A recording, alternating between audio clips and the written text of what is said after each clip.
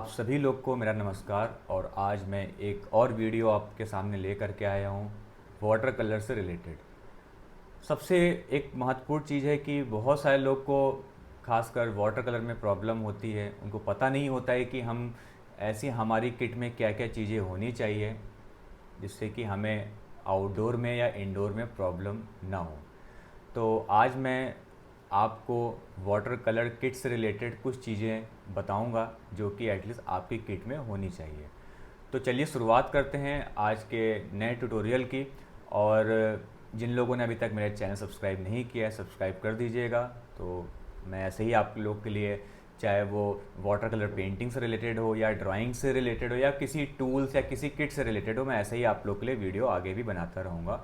और जैसे भी आज की वीडियो आपको लगी हो तो कमेंट बॉक्स में जाके कमेंट करके ज़रूर बताइएगा और पूरी वीडियो देखिएगा जिससे कि आपको सही तरीके से नॉलेज मिल सके। तो चलिए शुरुआत करते हैं। वाटर कलर की जब बात आती है तो सबसे पहले हम लोग ब्रशेस को देखते हैं कि हमारी किट में कौन कौन से ब्रशेस होने चाहिए। इससे रिलेटेड मैं अपनी ऑनलाइन क्लासेस में भी बताता हूँ बच्चों को कि मोस्टली जो हम लोग यूज़ करते हैं सिंथेटिक हेयर ब्रशेस यूज़ करते हैं। अगर बिगनर की मैं बात करूँ, ऐसे नेचुरल हेयर में भी आते हैं, चाइनीज़ ब्रशेस भी आते हैं। तो आप मेरी किट में देख सकते हो बहुत डिफरेंट टाइप के ब्रशेस हैं इसमें। जैसे कि आपके ये वॉश रिलेटेड ब्रशेस हैं, ये नॉर्मल आपका वुडन बैम्बू स्टिक में ब्रशेस है, चाइनीज़ ब्रश है, ये आपका मॉप ब्रश है। मॉप ब्रशेस मैं ऑनलाइन क्लास में बताता हूँ इन ब्रशेस के बारे में। मतलब ये है कि ऐसा नहीं कि सारे ब्रशेस आपके पास होने चाहिए, मैं ये नहीं कह रहा हूँ। मैं ये कह रहा हूँ कि एटलीस्ट सिंथेटिक हेयर में आपके पास फ्लैट एंड राउंड में हो तो चलेगा काम। मतलब ऐसा नहीं कि नेचुरल हेयर के ब्रशेस हो या बहुत महंगे ब्रशेस हो तो ही पेंटिंग अच्छी बनेगी, ऐसा कुछ भी नहीं है। ये तो बस मैं आपको दिखा रहा हूँ कि हाँ मेरे पास कौन कौन से ब्रशेस, जिससे आपको एटलीस्ट एक समझ में आ सके कि हाँ कौन से ब्रशेस होते हैं। ये लाइनर ब्रश है, ओके। ये भी बैम्बू स्टिक में एक चाइनीज ब्रशेस है, इसमें नेचुरल हेयर्स होते हैं। तो पहली चीज़ तो ये ब्रशेस तो मतलब होने चाहिए नॉर्मल, जो एटलीस्ट आपकी किट में हो। सिंथेटिक हेयर में फ्लैट एंड राउंड, एंड कुछ वॉश में ब्रशेस होने चाहिए कि आपको बड़ा काम करना है, बड़ी जगह वॉश देना है, ठीक है, तो वहाँ पे आपको हेल्प कर सके। और जैसे कि मेरे पास ये एक ब्रश होल्डर है, ठीक है। इसमें क्या ब्रशेस सेफ़ होते हैं, आप ऐसे डब्बे में रख देते हो उसके हेयर ख़राब होने के चांसेस होते हैं। तो ऐसे होल्डर आपको इंडोर भी हेल्प करते हैं और आउटडोर पेंटिंग के लिए भी हेल्प करते हैं। तो ये तो हो गई पहली चीज़, ओके। अब इम्पॉर्टेंट होते हैं कलर्स, और कलर से ज़्यादा इम्पॉर्टेंट है पैलेट। अब जैसे कि आप ये पैलेट देख रहे हो, ये इंडोर में भी मुझे हेल्प करती है और आउटडोर में तो हेल्प करती ही करती है। मैं जो आज वीडियो में आपको बता रहा हूँ ये इंडोर एंड आउटडोर दोनों तरीके से आपको हेल्प करेगी, ठीक है, जो मैं वीडियो में आपको बता रहा हूँ सारी चीज़ें। तो ये मेरी एक वाटर कलर पैलेट है, इसमें आप देख सकते हैं डिफरेंट टाइप के कलर्स हैं। अभी मैं ब्रांड के बारे में बात नहीं कर रहा हूँ, ठीक है, कि आप मेरे इसमें कलर्स देखो मैंने कैसे निकाले हुए हैं। डिफरेंट शेड्स आपको देखने को दिख रहे हैं। जब मैं इंडोर काम करता हूँ तो इसी पैलेट का यूज़ करता हूँ और आउटडोर में भी इसी पैलेट का यूज़ करता हूँ। आउटडोर में इसलिए बोल रहा हूँ क्योंकि क्या होता है जब हम खुले में कलर्स ले आते हैं तो आप वाटर कलर पेंटिंग कर रहे हो तो दिक्कत क्या होती है कि पानी इधर उधर फैलता है तो आपके बैग को भी ख़राब कर सकता है, अंदर से जो भी पेपर रखा हुआ उसको भी। तो इसमें क्या होता है कि कलर सेफ रहते हैं, अगर हल्का फुल्का कलर निकला भी तो वो इसी पैलेट के अंदर रहता है। तो मुझे लगता है कि फ़ायदेमंद एक फोल्डेबल पैलेट है, ट्रेवल पैलेट है। आप नेट में सर्च करोगे ट्रेवल वाटर कलर पैलेट तो आपको कई सारे ब्रांड के इस तरीके से पैलेट आपको देखने को मिल जाएगी, ठीक है। तो ये तो हो गई सेकंड चीज़ कि एक वाटर कलर, एक सही वाटर कलर पैलेट आपके पास होनी चाहिए। जो ओपन वाली पैलेट होती है, देखा होगा, एक ओपन होती है, उसको आप इंडोर में ही काम कर सकते हो, ठीक है। क्योंकि कितना भी होगा आप काम करोगे, गीले होते हैं कलर्स, वो बहेंगे एंड काम को ख़राब कर सकते हैं, आपके बैग में रखी हुई चीज़ों को भी ख़राब कर सकते हैं। तो ये तो हो गई सेकंड चीज़ कि एक सही वाटर कलर पैलेट आपके पास होनी चाहिए। देखो मैं ये नहीं कह रहा हूँ, मेरी बात बिल्कुल ध्यान सुनिएगा, ऐसा नहीं, मैंने इसमें कहीं भी मेंशन नहीं किया कि बहुत महंगे ब्रशेज़, महंगे कलर, महंगी पैलेट होनी चाहिए। नॉमिनल प्राइस में आपको चीज़ें मिल जाएंगी, क्योंकि देखो कोई खाने पीने की चीज़ तो है नहीं कि आपने खाया ख़त्म हो गया। ये तो भाई लॉन्ग टाइम चलने वाली चीज़ है कि हाँ आज मैंने पैलेट ले ली, एक इन्वेस्टमेंट है, ठीक है, आपको लाइफ टाइम काम आएगी।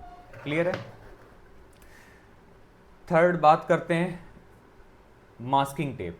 मास्किंग टेप क्यों इम्पॉर्टेंट है, ठीक है। जैसे मान लो आप इंडोर में काम कर रहे हैं, आपने पेपर लगाया तो आप टेपिंग कर सकते हैं चारों साइड से, या आउटडोर में भी काम कर रहे हैं तो उससे टेपिंग कर सकते हैं।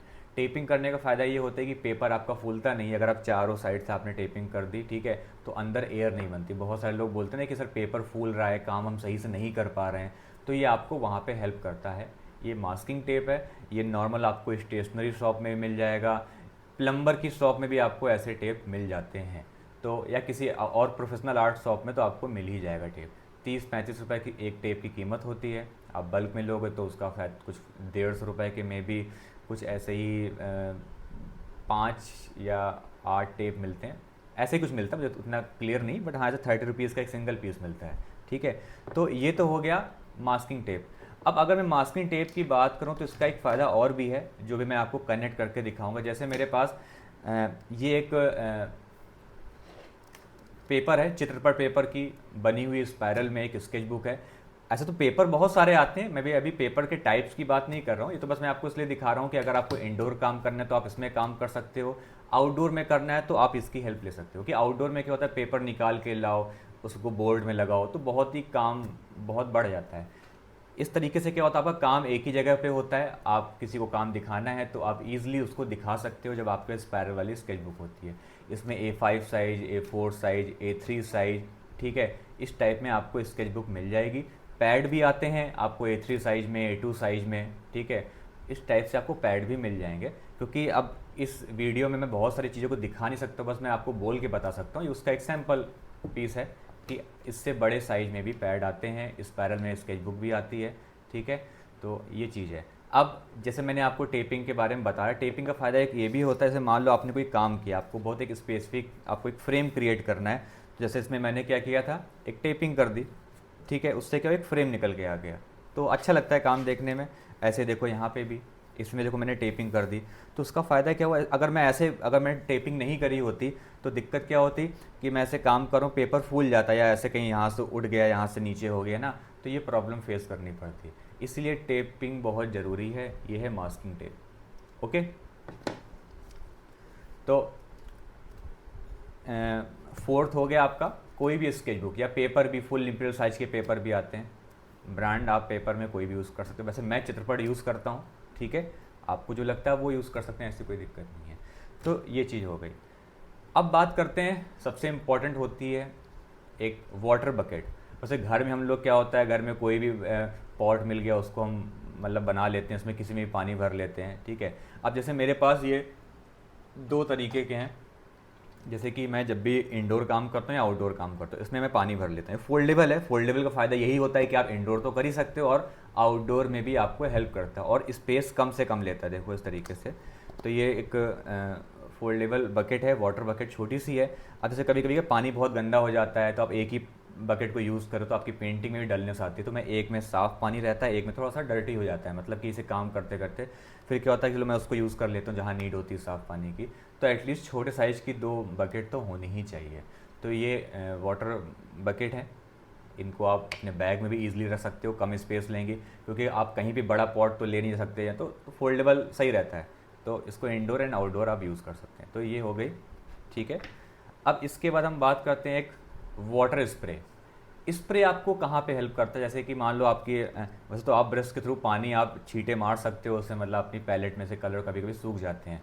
अब जैसे मुझे कलर को थोड़ा दोबारा वेट करना होता है, मैं स्प्रे की हेल्प से, मैं नॉर्मल वाटर स्प्रे की हेल्प से मैं कलर को दोबारा से गीला कर सकता हूँ। पेपर में मान लो मुझे कहीं कहीं पे मुझे वेट ऑन वेट काम करना है, जैसे मान लो कोई एरिया ड्राई हो गया है, मुझे पूरे गीला नहीं करना, तो मैं ऐसे हाथ लगा के उस एरिया में ऐसे इस तरीके से स्प्रे करके दोबारा से वहाँ पे काम दोबारा से कर सकता हूँ। तो ये फ़ायदा होता है वाटर स्प्रे का, ठीक है। और सबसे इम्पॉर्टेंट है टिश्यू पेपर, ठीक है। टिश्यू पेपर लोग कपड़ा यूज़ करते हैं, कपड़ा उतना अच्छे से एब्जॉर्ब नहीं करता है वाटर को, तो एटलीस्ट एक टिश्यू पेपर हो जिससे कि आप काम कर रहे हैं, ठीक है।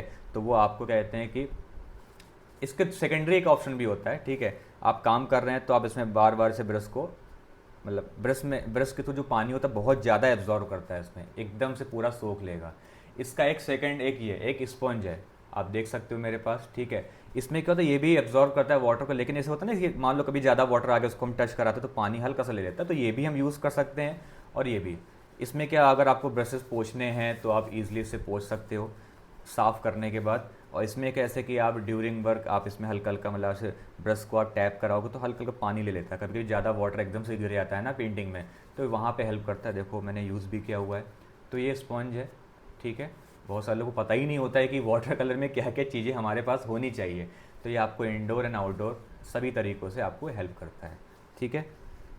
अब बात करते हैं, ये बेसिकली इंडोर पर्पस से है। ये एक स्टैंड है, वुडन का बना हुआ एंटीक स्टैंड है।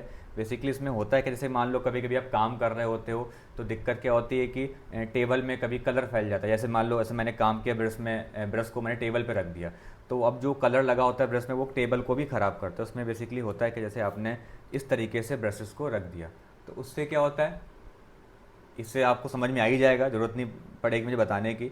तो सही रहता है, हेयर भी ठीक रहते हैं और कलर टेबल पे लगता भी नहीं है। तो ये एक फ़ायदे वाली चीज़ होती है इसमें, ठीक है। आप कितने भी मतलब ऑलमोस्ट 1 2 3 पतले पतले 2-3 ब्रश भी एक में उसमें रख सकते हो। तो ये होता है, इसको बोलते हैं एंटिक वुडन ब्रश स्टैंड, ठीक है। आई होप आपको समझ में आ रही होंगी चीज़ें। और सबसे लास्ट में है पेंसिल, कोई भी आप, ये तो नॉर्मल मैकेनिकल पेंसिल है 0.9 की, आप HB या 2B पेंसिल से भी ड्राइंग कर सकते हो। तो मुझे लगता है कि एक, चाहे वो प्रोफेशनल आर्टिस्ट हो चाहे वो स्टूडेंट हो, तो एटलीस्ट इतनी चीज़ें तो आपके पास होनी चाहिए। ये मैटर नहीं करता है कि आपके पास कौन से ब्रांड का पेपर हो या कौन से ब्रांड के कलर हो या कौन से ब्रांड के ब्रशेस हो। अगर एक नॉमिनल भी है तो आप एक अच्छी वाटर कलर पेंटिंग कर सकते हैं। तो मेरे दिमाग में बहुत टाइम से आ रहा था, बहुत सारे लोग के क्वेश्चन थे कि सर एक वाटर कलर अगर हमें शुरुआत करनी है तो हमें क्या क्या चीज़ें हमारे पास होनी चाहिए। तो इसीलिए मैंने आप लोग के लिए वीडियो बनाई है। तो एटलीस्ट अब आपको समझ में आ गया होगा। तो जो मैंने आज की वीडियो बनाई है कि बेसिकली ये एक इंडोर एंड आउटडोर में आप क्या क्या चीज़ें ले जा सकते हो। मतलब ये ऐसी चीज़ें कि आपके नॉर्मल से बैग में, आपकी ट्रॉली में, आपके नॉर्मल पिट्ठू बैग में भी सब चीज़ें आ सकती हैं ईजिली। ड्राइंग बोर्ड जैसे होता है कि सर अच्छा ड्राइंग बोर्ड अगर मैं करना हो इंडोर में तो आप ड्राइंग बोर्ड यूज़ कर सकते हो। अगर आउटडोर में करना है तो जैसे वाटर कलर पैड आते हैं, तो मैंने आपको स्पायरल दिखाई है, बट इसमें वाटर कलर पैड भी आते हैं। तो आप उसको ईजिली आप रखिए और काम करिए और पेपर को निकाल दीजिए। तो ये एक आपको उसमें हेल्प करता है। ज़रूरी नहीं है कि आपको बहुत बड़ा ईजल ले आने की आउटडोर में या इंडोर पे, ठीक है। तो वो चीज़ है। तो मुझे लगता है कि एक नॉमिनल से प्राइस में आपको ये सारी चीज़ें मिल जाएंगी। तो उम्मीद करता हूँ आज की वीडियो आपको काफ़ी हेल्प करेगी वाटर कलर फील्ड में आगे बढ़ने में। तो मुझे लगता है कि इससे तो आपका काम पूरा हो जाएगा। और प्लीज़ जैसी भी आज की आपको वीडियो लगी हो तो प्लीज़ ज़रूर बताइएगा कमेंट बॉक्स में जाके, और अपने दोस्तों को भी शेयर कीजिएगा जो वाटर कलर स्टार्ट करना चाहते हैं या जो वाटर कलर कर रहे हैं, ठीक, अच्छा कर रहे हैं काम, तो उनको भी काफ़ी ये वीडियो हेल्प करेगी। So thank you so much. उम्मीद करता हूँ आज का ट्यूटोरियल आपको काफ़ी अच्छा लगा होगा। जैसा भी लगा हो प्लीज़ ज़रूर बताइएगा, और चैनल को जिन्होंने अभी तक सब्सक्राइब नहीं किया है तो प्लीज़ सब्सक्राइब कर दीजिएगा। मैं ऐसे ही आप लोग के लिए इंटरेस्टिंग वीडियोस बनाता रहूँगा। Thank you so much, bye bye and take care. Thank you.